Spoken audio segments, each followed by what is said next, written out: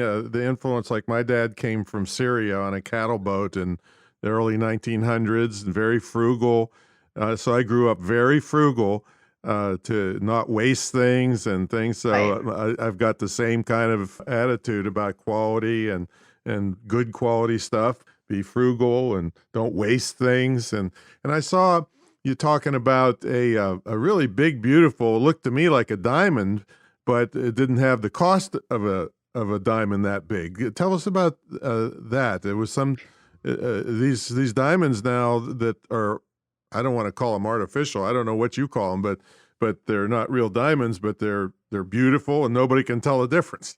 Right. So when I began my company, and I'm pretty sure you probably remember the 80s and the Yeah, 90s. yeah. Okay, so because you look pretty young, so 80s and 90s, we were the first generation of women that went to work in a managerial capacity. So before our generation, they weren't hyper educated. They were like an administrative role, like secretaries, receptionists, and whatever.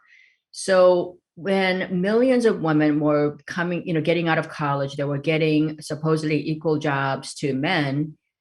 The jewelry industry had not evolved to meet the needs of the working women. And I'll tell you why that kind of matters, because until my brand really focused on that woman, jewelry was sold for like fancy jewelry for diamond social engagement. So it was like nighttime jewelry, weekend jewelry where you went to parties with.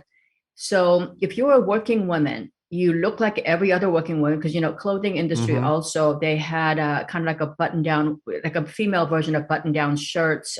We wore them to work with pencil skirts and pumps.